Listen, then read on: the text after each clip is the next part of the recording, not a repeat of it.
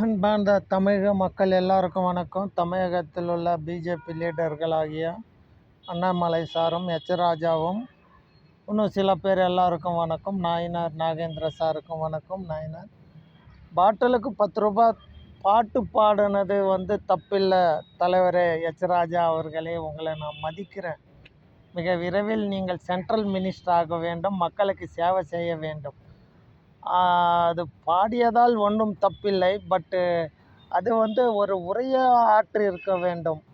பாட்டிலுக்கு 10 ரூபா, பாட்டிலுக்கு 10 ரூபான்னு பாடினா சில பேருக்கு புரியும், சில பேருக்கு புரியாது. அந்த ஏரியாவில் உள்ள திமுக செயலாளர், திமுக மாவட்ட செயலாளர் செந்தில் பாலாஜி அவர்கள் மதுபானத்தில் ஊழல் பண்ணியிருக்கிறார். ஒவ்வொரு பாட்டிலுக்கும் 10 ரூபா அதிகமாக வாங்கியிருக்கிறார்.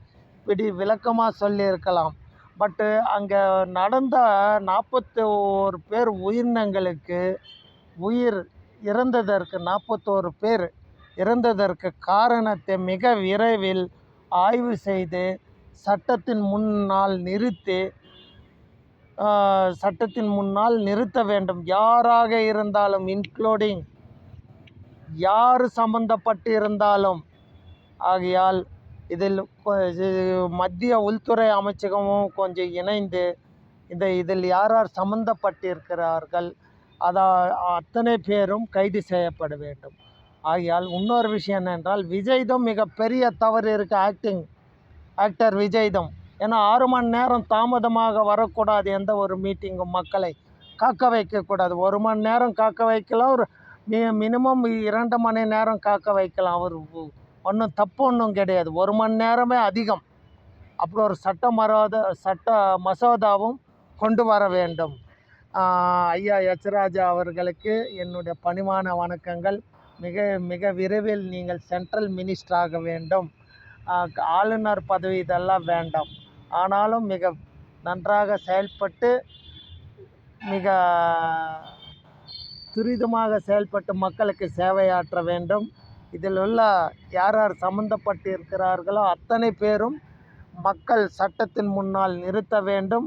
மக்களுக்கு சட்டத்தின் முன்னால் நிறுத்தி மக்களுக்கு நியாயத்தை உண்டு பண்ணணும். இதுவே எனது கடமை, இதே எனது ஆசை கூட. நன்றி, வணக்கம். மிக விரைவில் இதில் யார் யார் சம்பந்தப்பட்டு இருக்கிறார்கள் அத்தனை பேரும் சட்டத்தின் முன்னால் நிறுத்தியாக வேண்டும். எல்லாம் தமிழ்நாட்டினுடைய உள்துறை அமைச்சகமும் மத்திய உள்துறை அமைச்சகமும் செயல்பட்டு மிக விரைவில் ஆராய வேண்டும் என்பது என்னுடைய கருத்து.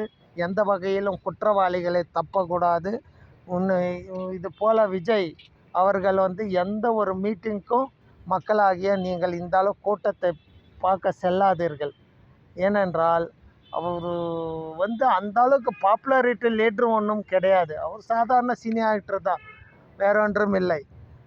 மக்களுக்கு சேவையாற்ற வேண்டும். இதுவே. நன்றி, வணக்கம்.